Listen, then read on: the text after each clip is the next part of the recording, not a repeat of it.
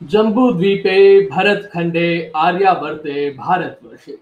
Jambu talks देखने वाले आप सभी दर्शकों का बहुत बहुत स्वागत, अभिनंदन। मैं हूं आपके साथ निधीश गोयल, करता हूं आप सभी का यथोचित अभिवादन। पुष्पेंद्र कुलश्रेष्ठ ये एक ऐसा नाम है जो सोशल मीडिया पर खास तौर पे भारत की बात करने वाला, भारत के हित की बात करने वाला या भारत के अहित की बात करने वाला, इन दोनों पक्षों में बराबर रूप से विद्यमान रहता है। बहुत सारे लोग अपने आप को पत्रकार कहते हैं, वरिष्ठ पत्रकार कहते हैं, स्वतंत्र विचारक कहते हैं, लेकिन अगर हम पत्रकार के साथ में निर्भीक शब्द भी जोड़ें तो कुछ बहुत कम लोग जिस श्रेणी में आते हैं, Pushpendra Kulshreshtha is one of that.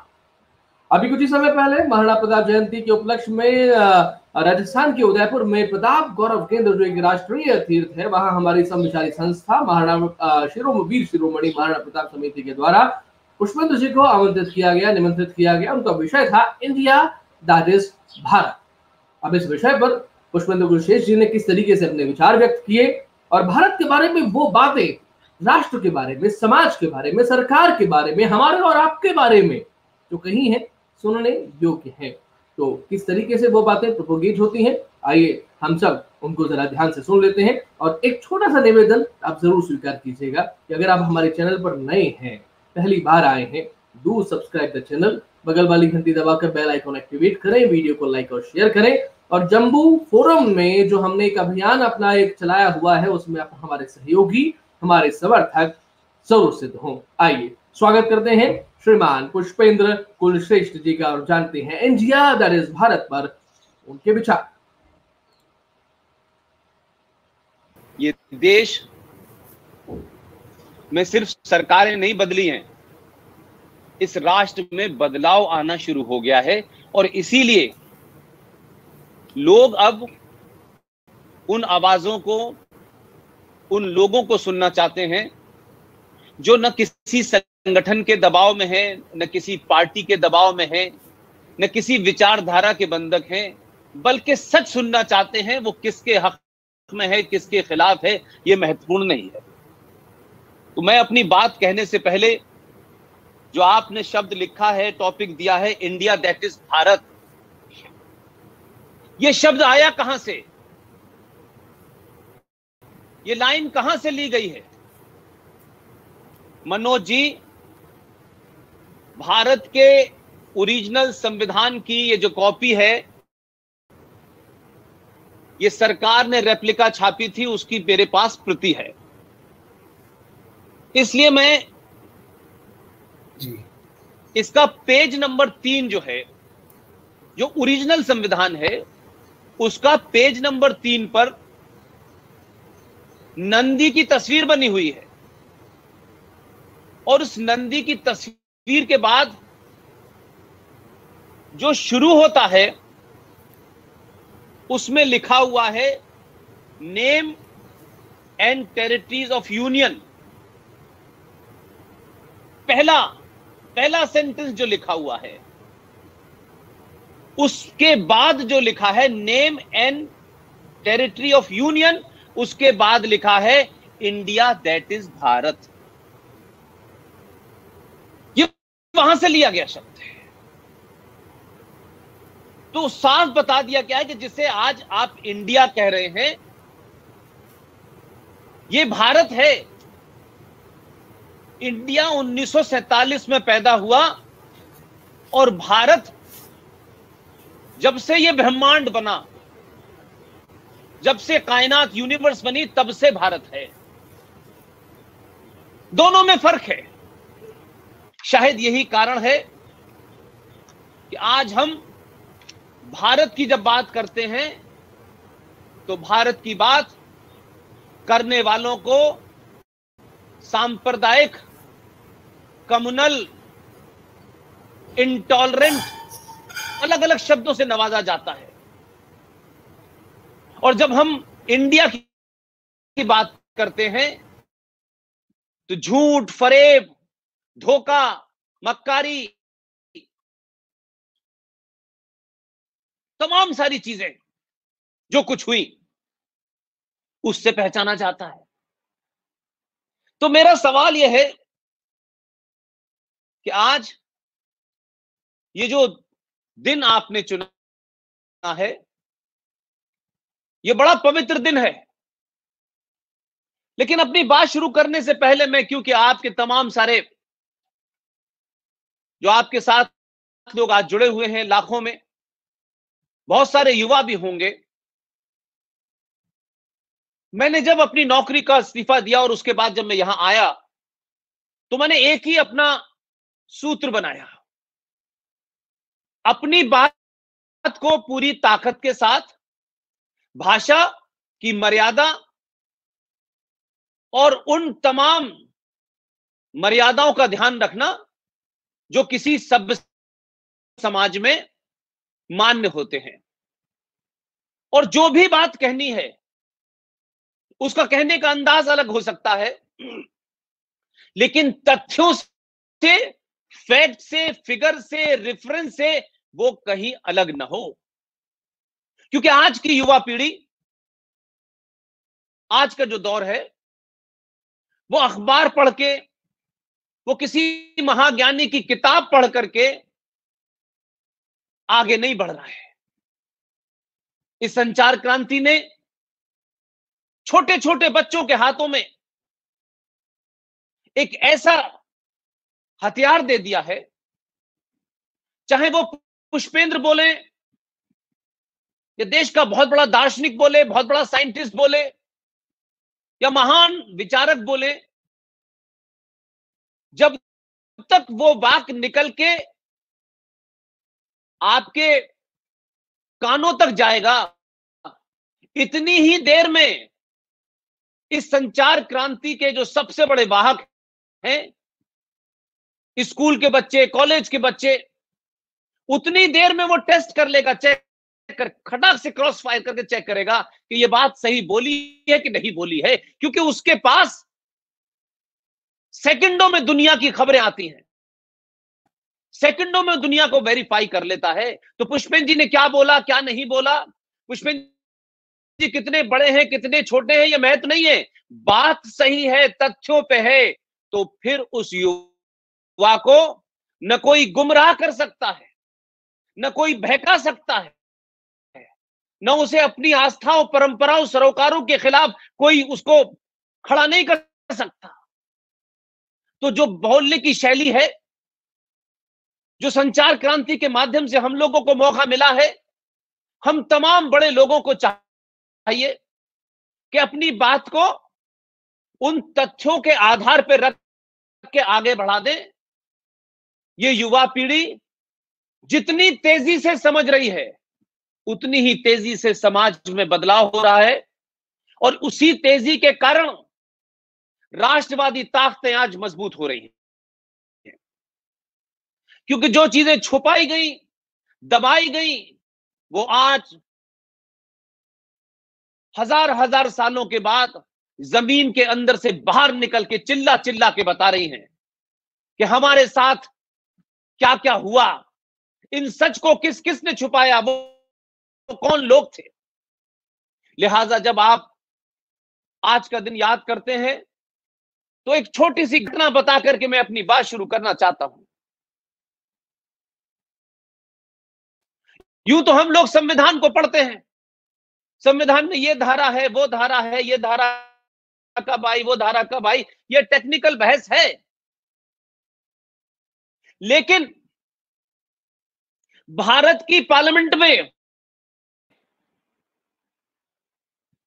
जब सारी चीजों की बहस चल रही थी, तो 1957 में एक बहस चली, और उस बहस में कहा गया कि भारत का तिरंगा कैसा होगा, भारत का पक्षी कौन होगा, भारत का एनिमल कौन होगा, भारत का फ्लावर क्या होगा, ये तमाम सारी चीजें तय हो गई। तो उसमें कुछ लोगों ने कहा,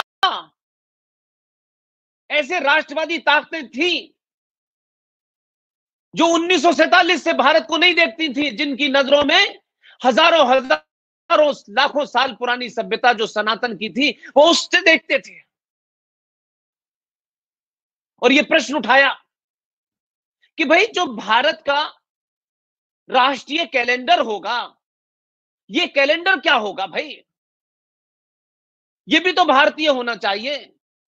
इस पे बहस चली और कुछ लोगों का मैं नाम नहीं लूंगा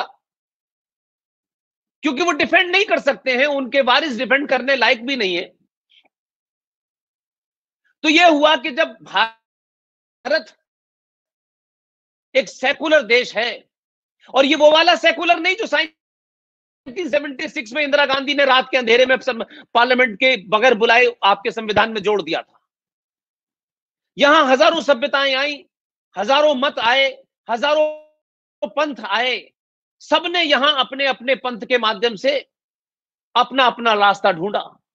उन्होंने भारत की संस्कृति को गाली नहीं दी, छेड़छाड़ नहीं की, लेकिन कुछ ऐसे भी पंथ थे जो भारत की सभ्यता को, उसकी पहचान को, उसके सरोकारों को, रास्थाओं को मिटा करके अपने उस पंथ को स्थापित करना चाहते थे। तो उस बहस में यह कहा गया कि ये जो कैलेंडर है जो हम देख रहे हैं, ये कैलेंडर तो किसी मजहब के प्रॉफिट के नाम से चलता है। तो जब ये एक ऐसा देश है जिसकी मिट्टी में, जिसकी नस नस में सबको समाने की बात कही गई है, विश्व को अपना घर माना गया है, तो फिर ये कैलेंडर भी किसी मजहब के रहनुमा से क्यों होगा? बिफोर क्राइस्ट और आफ्टर क्राइस्ट से क्यों होगा? और अगर ये होगा तो फिर कुछ लोग कहेंगे कि 1400 साल हिजरी से होना चाहिए। तो ये तथ्य और तर्क उस वक्त जब उठा तो लोगों ने कहा बात तो सही है। शायद आज की तरह, आज की राजनीति की तरह लोग अपनी पार्टियों के बंधक नहीं थे। और लंबी बहस होने के बाद भारत की पार्लियामेंट में 1957 में इसके तहत कि भारत का राष्ट्रीय कैलेंडर क्या होगा, बहस हुई और फिर यह कहा गया कि भारत का राष्ट्रीय कैलेंडर सत संवत्सर होगा। तो उस दौर में बहुत सारे ऐसे लोग थे जो ऐसे शब्दों को सुनने के बाद बिना कुछ जाने चिल्लाना शुरू करते थे। तब तर्कों और तथ्यों के साथ यह कहा गया कि सत्संवत कोई हिंदू या सनातन का कोई लेना देना नहीं है, यह शुद्ध रूप से साइंस है। क्योंकि हमारे यहां साइंटिफिक टेम्परामेंट की बड़ी बात होती है। और 1957 में इस सब के बावजूद राष्ट्रीय ताकतें कितनी मजबूत रही होंगी, जो राष्ट्र के बारे में सोचती थी, वो पार्टी पॉलिटिक्स से आगे उनका कोई एजेंडा नहीं था। उस वक्त पंडित नेहरू उनके निर्देश पर बाकायदा एक कमेटी बनाई गई। उस कमेटी को 1952 में उस कैलेंडर सुधार समिति का गठन किया गया और उसमें प्रसिद्ध भौतिक शास्त्री डॉक्टर मेघनाथ साहा को उसका अध्यक्ष बनाया गया। उसके अलावा उसके 6 अलग सदस्य थे, जिसमें प्रोफेसर ईसी बनर्जी इलाहाबाद विश्वविद्यालय के कुलपति थे, doctor KL Daftari BA BLLB DLitt, Shri BL Karnikan संपादक केसरी पुणे, डॉक्टर गोरख प्रसाद गणित विभाग के प्रमुख Allahabad, professor RS Vaid Madhav college विश्वविद्यालय इलाहाबाद, सीएन लाहरी पंचांग कलकत्ता समिति की, ये तमाम लोग बने और ये कहा कि भाई आप भारतीय कैलेंडर जो है सत्संवत से बनाएं। और 1957 में भारत की पार्लियामेंट में ये पास हो गया, ये पास हो गया 1957 में, और सर्वसम्मति से हुआ कि भारत का कैलेंडर सत्संवत से छपेगा। लेकिन कुछ लोग जो अपने आप को एक्सीडेंटल हिंदू मानते थे, जिन्हें अपने हिंदू होने पे शायद कोई शर्म होगी, मैं नहीं जानता कि उनके क्या कारण होंगे, क्या उनके पिता मां ने ऐसा किया कि उन्हें अपने होने पे शर्म थी। 1957 के संसद का सर्वसम्मति से दोनों सदनों का फैसला सत संवत से छपने वाले कैलेंडर के पक्ष में हुआ। लेकिन अफसोस है, दुख है कि आज वो ताकतें जो सत्ता में नहीं भी थी, आखिर हमने इन मुद्दों को अपना मुद्दा क्यों नहीं बनाया? क्या हम अपने स्वार्थ, अपने लालच से ऊपर नहीं उठे और हम सब लोग छोटे छोटे मुद्दों को राष्ट्रीय मुद्दा बनाते हैं? कुछ चीजें होंगी, जीएसटी कितना लगा, सड़कें कितनी बनी, ये एडमिनिस्ट्रेटिव वर्क है, जीवन में आएंगे, बनते रहेंगे, बदलते रहेंगे, इसमें पॉलिसी बदलेगी, लेकिन कुछ राष्ट्र के निर्माण में ऐसे काम होते हैं जो हजारों हजारों साल तक रहते हैं, और उससे आने वाली जनरेशन, उससे आने वाली जो पीढ़ी होती है वो एनलाइटन होती है, और उसे देख के उसे अपने इतिहास का पता चलता है, उसे देख करके, उसे पढ़ के अपने होने का पता चलता है, उसे अपने पूर्वजों का पता चलता है, अपने सरोकारों का पता चलता है। कुछ काम ऐसे होते हैं। लेकिन 1958 में जब कैलेंडर आया भारत का, तो सत संवत जो दोनों सदनों में पास हुआ था वो नहीं आया, वो नहीं आया, कुछ और आ गया। और आज हम बीसी और ईसी का कैलेंडर पढ़ते हैं।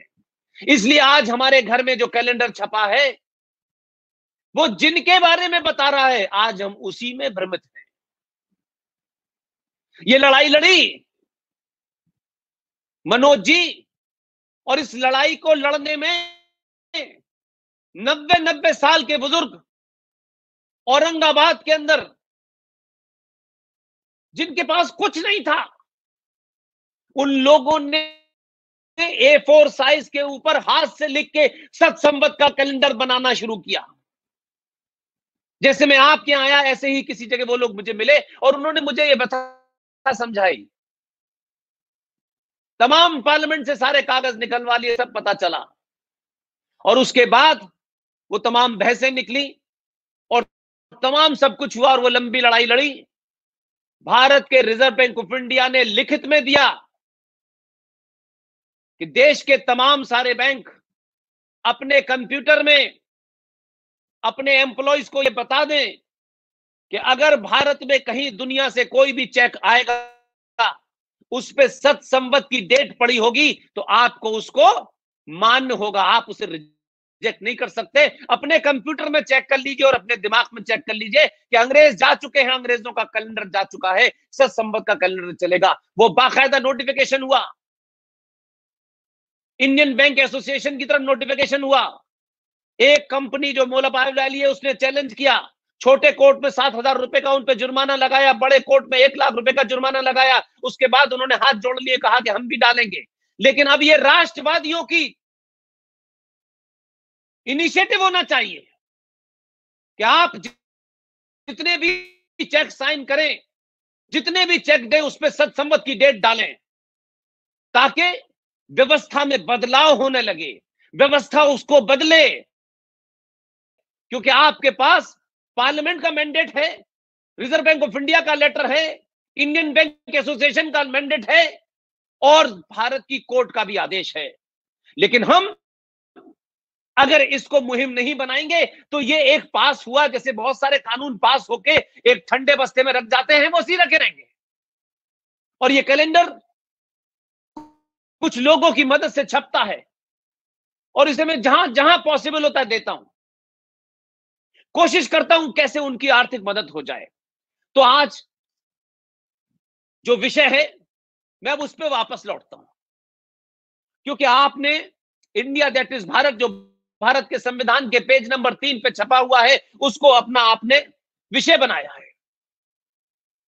मेरा सिर्फ एक ही कहना है, मैं अपने तमाम संबोधनों में एक ही बात कहता हूं, भारत राष्ट्र के नागरिकों को और भारत देश को इन 2 बातों को समझें, तब शायद मेरी बात आप बेहतर समझ पाएंगे। समस्याओं का हल तब निकलेगा।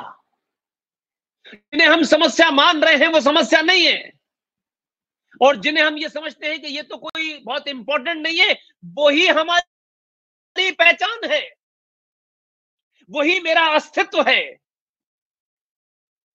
इसलिए देश और राष्ट्र ये दो अलग अलग चीजें हैं।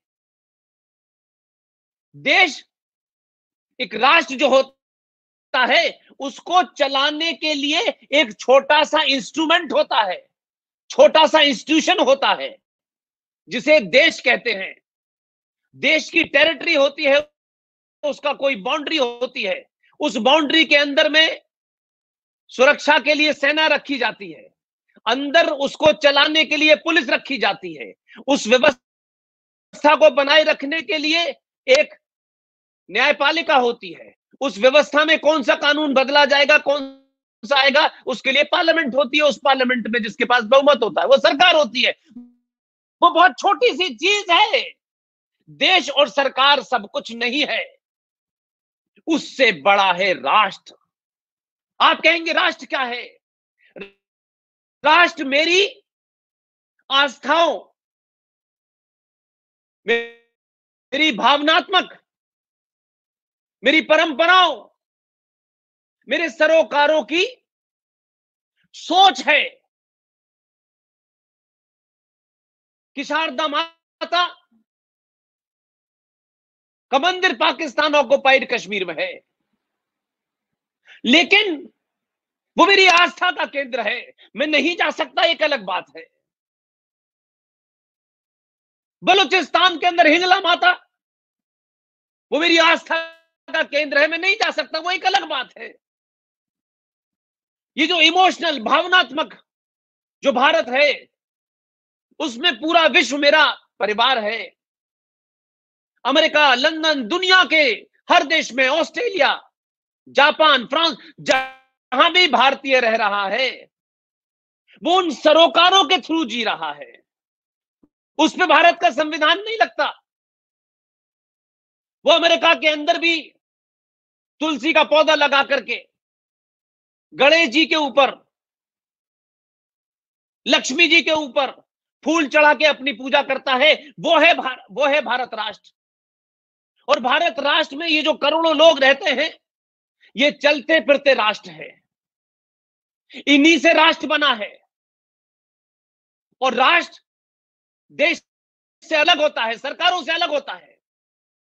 और जब राष्ट्र कमजोर होता है, यानी राष्ट्र में रहने वाले लोग अपनी आस्थाओं और परंपराओं से विमुख होने लगते हैं, जब अपने सरोकारों को नहीं मानते हैं, अपनी पहचान खोने लगते हैं, तो देश के जितने भी इंस्ट्रूमेंट हैं वो आपकी आस्थाओं में दखल देना शुरू करते हैं, क्योंकि समाज राष्ट्र चलाता है, देश सरकार चलाती है।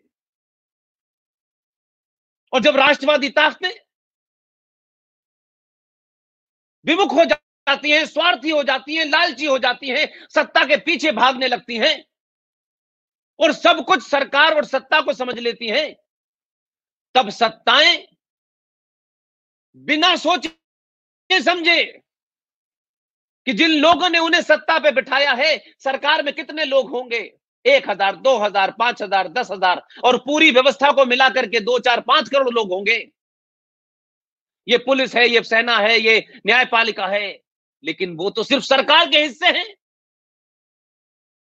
इसलिए सरकारों का ये टेम्परामेंट होता है, क्योंकि उनको सत्ता पर रहना होता है।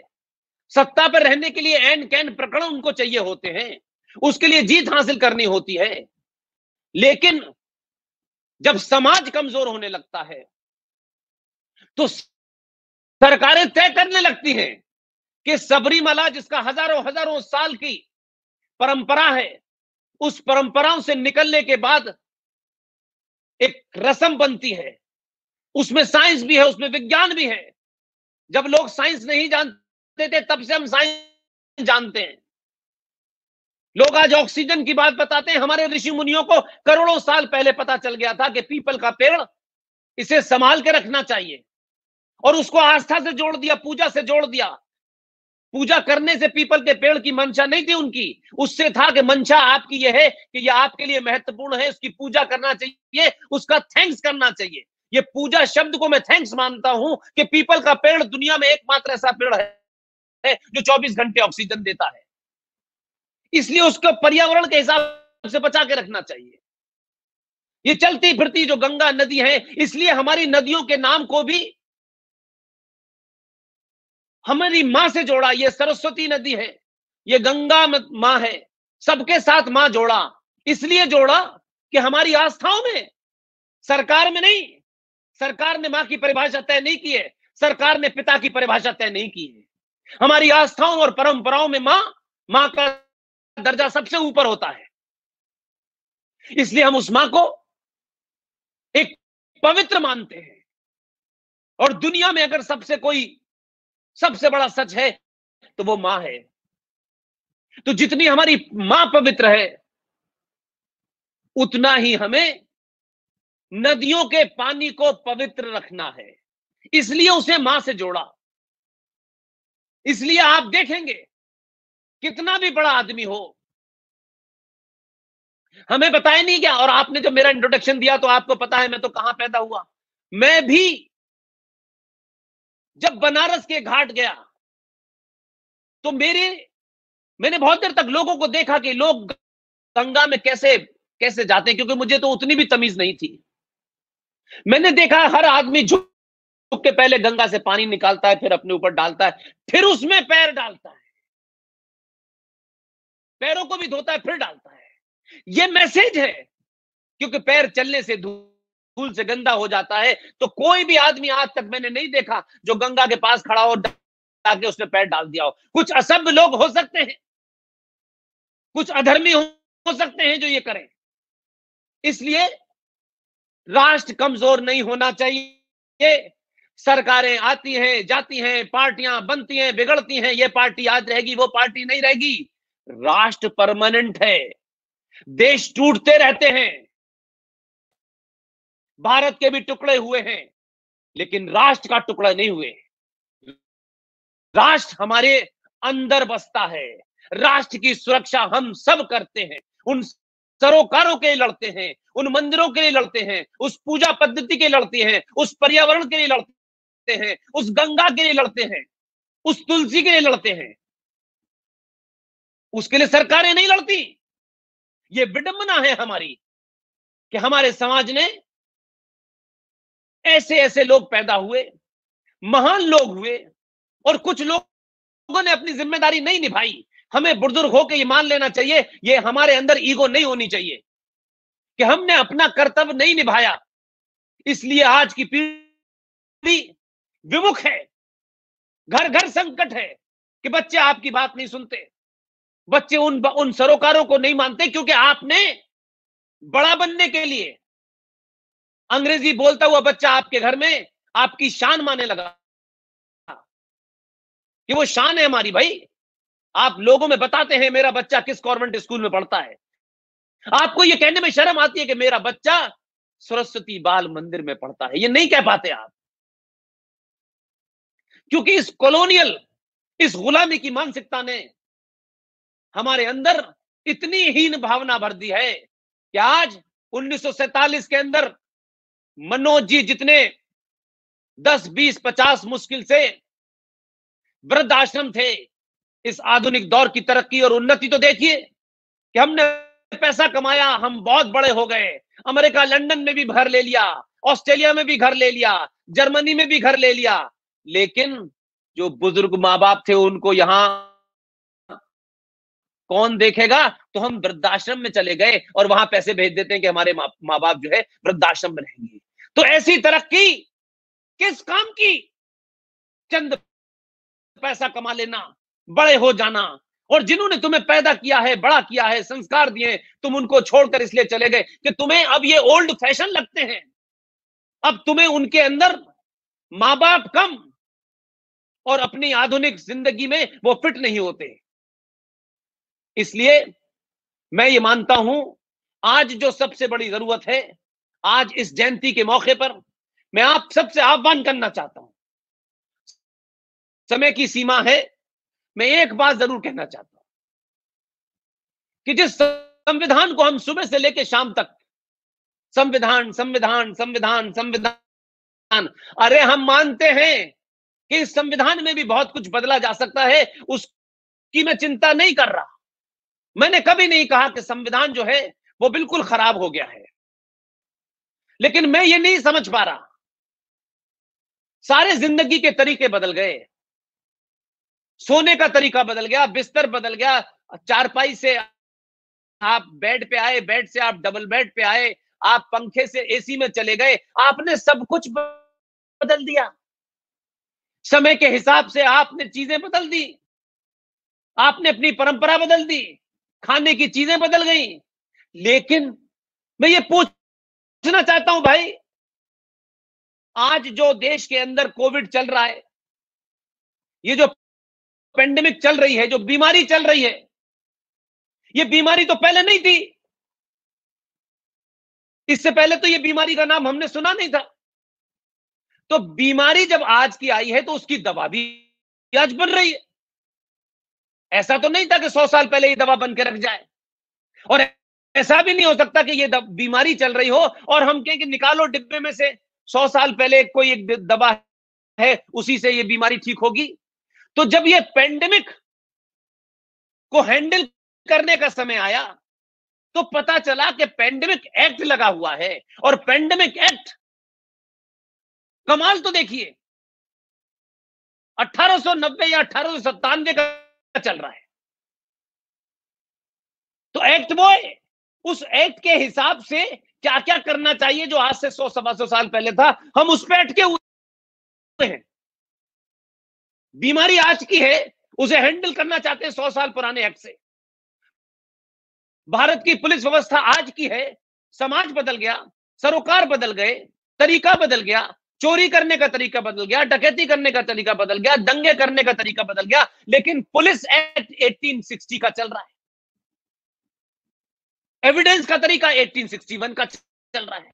तो ये जो तीक है, अगर ये नहीं सुधार होंगी तो हम बार बार कहते हैं कानून व्यवस्था, कानून व्यवस्था। अरे भाई, कानून व्यवस्था बदलेगी कैसे? आपने बदले ही नहीं है, आप तो सरकारें बदलते हैं, व्यवस्था नहीं बदलते हैं।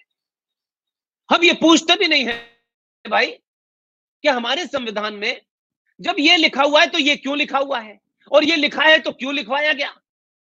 इसी तरीके की भारत के संविधान के अंदर शुरू में ही साफ साफ लिख दिया गया है, जहां आर्टिकल 14 है। आर्टिकल 14 ये कहता है कि देश का हर नागरिक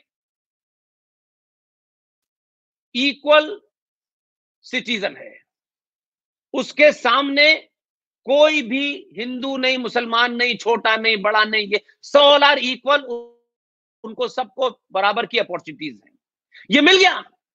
लेकिन मैं झूठ और मक्कारी आज की युवा पीढ़ी को इसलिए बताना चाहता हूं कि अगर आपने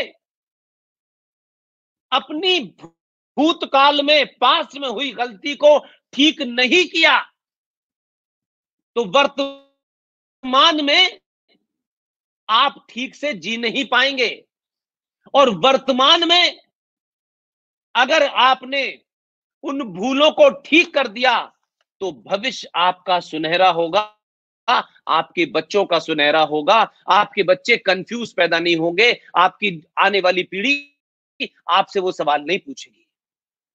इसलिए मैं कहता हूं, थोड़ा सा कुछ नहीं करना है, समाज को अवेयर कर देना है। मनोज जी, मैंने इसीलिए शुरू में कहा कि कुछ तथ्यों को रख दीजिए। आज की युवा पीढ़ी मोबाइल पे ढूंढेगी, क्या बात कही जा रही है, किस तरह कही जा रही है, उसे लंबे लंबे व्याख्यान मत बताने की जरूरत नहीं है, क्योंकि उसके पास टाइम ही नहीं है, क्योंकि वो तो व्हाट्सएप की जनरेशन है।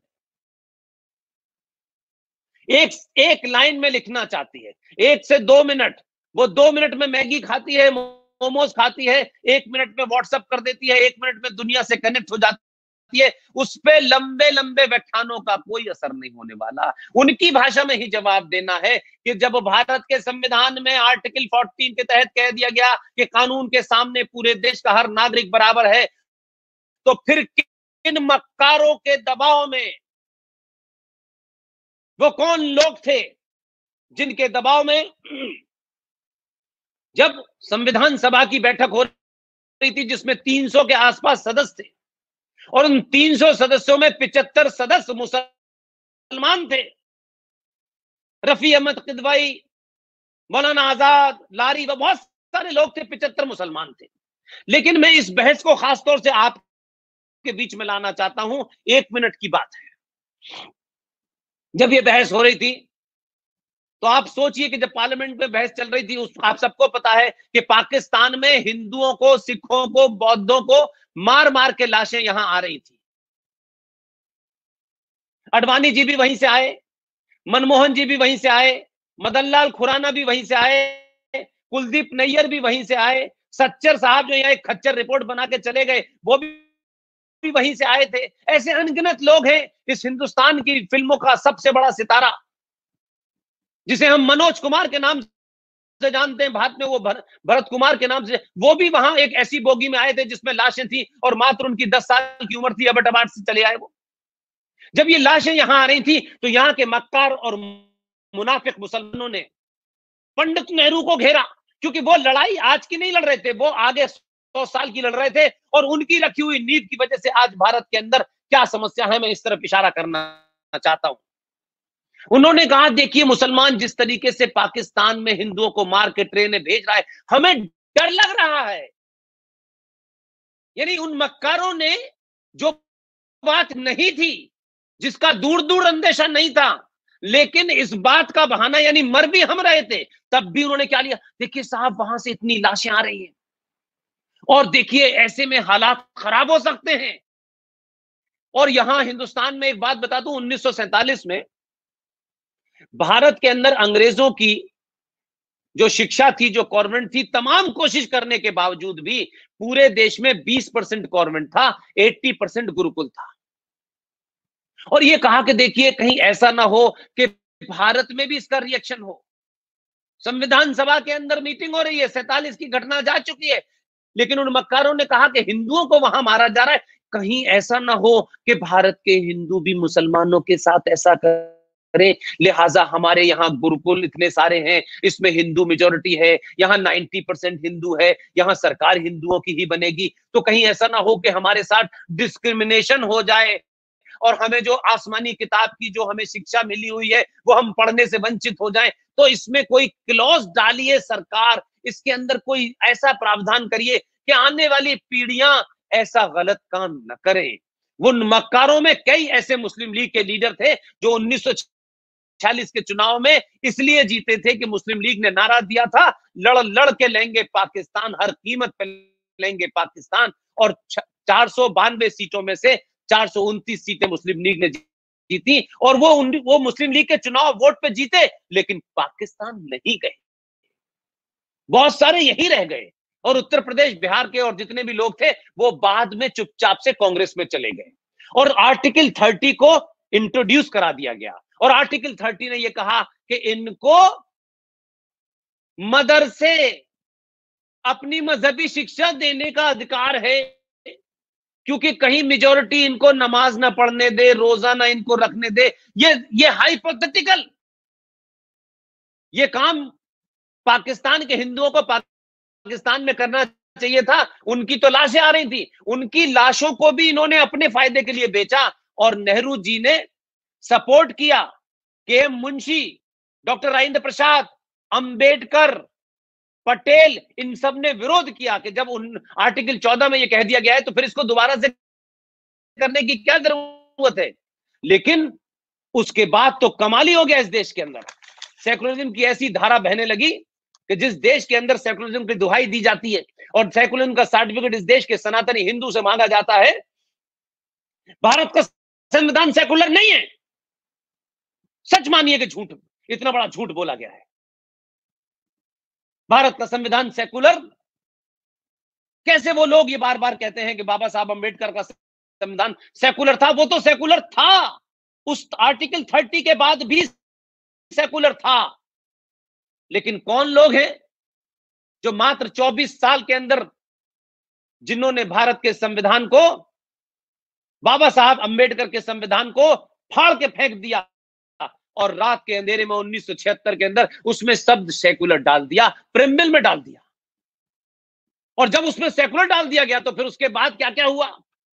माइनॉरिटी इंस्टीट्यूशंस अलग से बनाए गए, उसके बाद माइनॉरिटी कमीशन बनाया गया, फिर माइनॉरिटी मिनिस्ट्री बनाई गई, फिर वक्फ बोर्ड को बिल बना करके एक कानून बना दिया गया।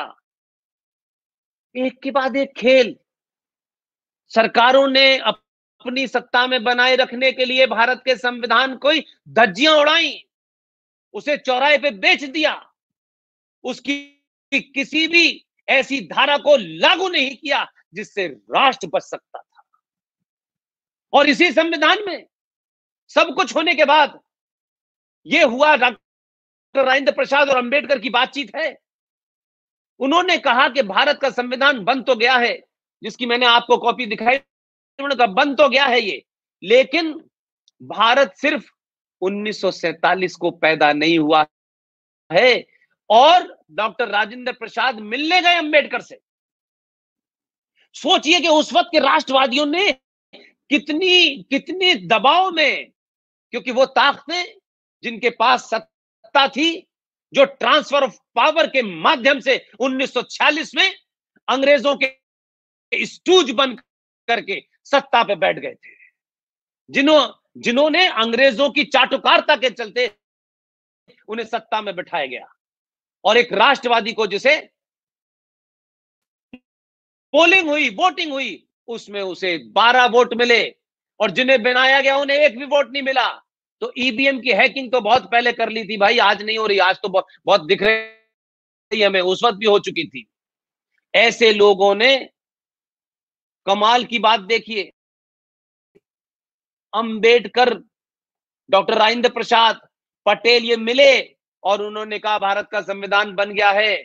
लेकिन क्या ये संविधान सिर्फ 1947 से भारत को बताएगा? बोले नहीं, इस संविधान के अंदर चित्रों के माध्यम से भारत की हजारों साल पुरानी परंपरा और सभ्यता को दिखाने के लिए कुछ करना चाहिए। डॉक्टर राजेंद्र प्रसाद की इस बात को अंबेडकर जी ने कहा कि मैं भी ये चाहता हूं। फिर बात हुई, फिर पटेल जी से बात हुई, और फिर उसके बाद में शांति निकेतन बंगाल से नंदलाल बोस, जो हिंदुस्तान के बहुत बड़े पेंटर थे, उनको बुलाया गया, और मनोहर राम जी को बुलाया गया, जो हमारे जबलपुर के थे। उनके पिताजी, उनके बेटे हैं, वो जीवित हैं, और उनकी डेथ भी 2007 में हुई है। और चित्र बनाए गए, उन चित्रों के माध्यम से भारत के संविधान की ओरिजिनल कॉपी, इसीलिए किसी ने यह डकैती की है।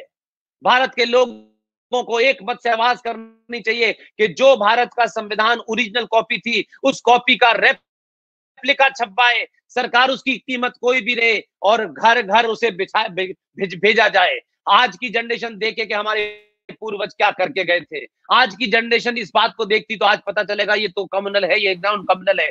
ये कम्युनल नहीं है, ये एक एजेंडे के तहत हुआ। वो 22 चित्र डाले गए जिनका मैंने हवाला दिया इस संविधान के अंदर। उन 22 चित्रों को डालने के बाद वो चित्र चले, और आप देखिए कि आप वो सब कुछ हुआ। और जब भारत का संविधान बाहर आया तो उसमें से ये जो चित्र बना हुआ है, ये पेज नंबर 5 पे गुरुकुल का चित्र है, और अगले पेज के ऊपर भगवान राम, लक्ष्मण जी, मां सीता का चित्र है, इसी में कृष्ण का चित्र है, इसी में भगवान राम का चित्र है, इसी के अंदर सुभाष चंद्र बोस का चित्र है, इसी में छत्रपति महाराज का चित्र है। भाई अगर ये संविधान में होते तो कोई नहीं पूछता कि भगवान राम कब पैदा हुए थे। लेकिन मैंने कहा कि बड़ी कॉन्स्पिरेसी के साथ वो 22 चित्र तो आए, लेकिन किस कॉन्स्पिरेसी के साथ आपने जब उसकी कॉपी छपवाई तो वो चित्र गायब कर दिए गए। इसलिए मैं कहता हूं कि आप सिर्फ तथ्यों पे बात करें। धारा 333 जोड़ी गई। मैंने पूछा भाई धारा 333 क्या है? तो हमारे यहां तो कुछ काम मनोज जी होकर के ठंडे बस्ते में रख दिए गए थे ताकि पता ही ना चले किसी को। धारा 333 कमाल की चीज है। उससे कहा गया कि जो अंग्रेज यहां रह रहे थे वो बहुत सारे चले गए, लेकिन कुछ अंग्रेज यहां रह गए जो नीचे का स्टाफ था। उन्होंने भारतीय महिलाओं से शादी भी की, उनसे उनके संबंध भी हुए। तो ये कहा गया कि देखिए वो तो चले गए, लेकिन आप देखिए कि हमारे यहां कैसे लोग थे और वो कितना असर्टिव थे, और वो कौन ताकतें थी जिन्होंने संविधान में ये सब चीजें होने दी। तो उन्होंने कहा कि यहां जो अंग्रेज थे, जो 4th ग्रेड के, 3rd ग्रेड के जो एम्प्लॉय यहां रह गए थे, उन्होंने भारतीय महिलाओं से शादी करी, उनसे होने वाली जो संतानें होंगी उन्हें एंग्लो इंडियन कहा जाएगा, और इन एंग्लो इंडियन का भारत की संसद में रिप्रेजेंटेटिव होना चाहिए।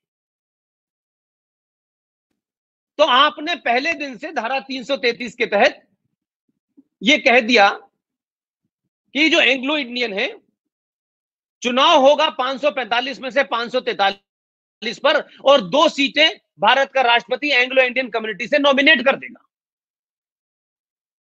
अब ये किसी ने सवाल नहीं पूछा, भारत में हजारों कम्युनिटीज, हजारों जातियां ऐसी हैं जिनकी लाखों में गिनती है, उनका कभी कोई रिप्रेजेंटेटिव नहीं पहुंचा, उनकी चिंता नहीं की गई। लेकिन वो जाते जाते अपने लोग जिनको सत्ता में बिठाया था उन्होंने, उनसे ये सब करा गए। नासिक की एक सभा में ऐसी तरीके से मैंने बोला, मैंने कहा भाई मुझे तो बताओ ना कि ये एंग्लो इंडियन है कहां के, मुझे मिलते नहीं कहीं। मैंने कहा मिल जाए तो मुझे बताना, कम से कम पूछूंगा भाई। ये चर्चा चली और ऐसे ही भाषणों में बहुत बार बोला। मुझे खुशी इस बात की है कि आज से पहले आपकी आवाज कोई सुनता नहीं था। जब तक आपके पीछे बड़े बड़े पद न लगे हों कि आप फला संगठन के फला के महामंत्री हैं, आप फला जगह से ये डिग्री लेके आए हैं, आप महाज्ञानी हैं, बड़ा साइंटिस्ट हैं, बड़े प्रोफेसर हैं, इन डिग्रियों की जरूरत नहीं है। ये डिग्रियां नौकरी दिलाती हैं, राष्ट्र नहीं बचाती। राष्ट्र बचाने वालों के पास डिग्री नहीं होती, लेकिन वो राष्ट्र बचाते हैं, ये इतिहास गवाह है इस बात का। 333 को, 3 ट्रिपल को कहा खड़े होकर के, 1 साल तक हर सभा में बोला, आवाज पहुंची पार्लियामेंट में। भारत के कानून मंत्री ने खड़े होकर के कहा कि हम इसको हटाना चाहते हैं। सवाल हुआ क्यों हटाना चाहते हैं? क्योंकि एंग्लो इंडियन की जो कम्युनिटी है वो भले ही इतनी एक्टिव ना हो, लेकिन इटली की, इंग्लैंड की कम्युनिटी आज भी भारत की पार्लियामेंट में बहुत ताकतवर है। सवाल उठाया क्यों हटाना चाहते हैं? उन्होंने कहा हमने पूरे देश में सेंसस के माध्यम से हमें पता चला कि इनकी गिनती कितनी है, तो सब समझ रहे थे कि पता नहीं क्या होगा। भारत के कानून मंत्री ने संसद के पटल के ऊपर जो कागज रखा उसमें कहा कि पूरे देश में मात्र 262 लोग एंग्लो इंडियन हैं, उनके लिए 2 सीटें लोकसभा में रखना ये बहुत ठीक नहीं है। उस पे कार्रवाई शुरू हो गई। इसलिए मैंने कहा कि चिल्लाइए, ये वो समय है कि ये समय वापस नहीं आएगा। सरकारों के पीछे मत भागिए, सरकार को काम करने दीजिए। सरकार पे राष्ट्र हित में चीजों पे दबाव बनाइए।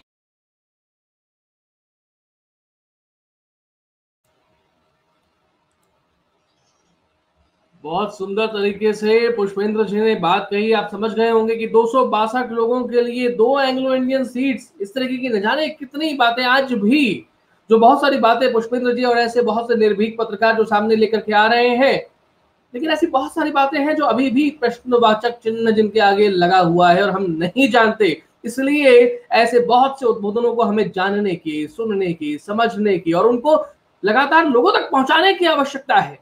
क्योंकि जब तक वो कहते हैं ना कि बात निकली है तो दूर तलक जाएगी, इसके आगे एक और पंक्ति जोड़ता हूं कि बात करते रहिए, क्योंकि बात करते रहेंगे तो बात बन जाएगी। हमें बात करना रोकना नहीं है, बात पहुंचानी है और उसके लिए पढ़ना है, और पढ़ नहीं सकते तो ऐसे लोगों को सुनना है।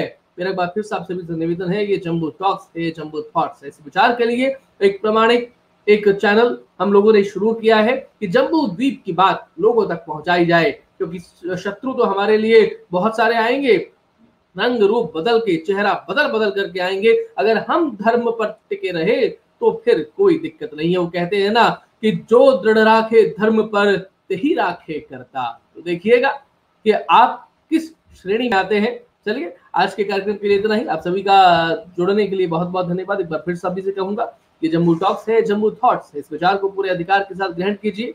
डू सब्सक्राइब द चैनल, बगल वाली घंटी दबाकर बेल आइकन एक्टिवेट करें, वीडियो को लाइक और शेयर करें, और इस अभियान में हमारे सहयोगी, हमारे समर्थक जरूर आप सभी सिद्ध हों। इसी के साथ आज के कार्यक्रम के लिए बहुत बहुत धन्यवाद। जय हिंद, जय भारत, वंदे मातरम।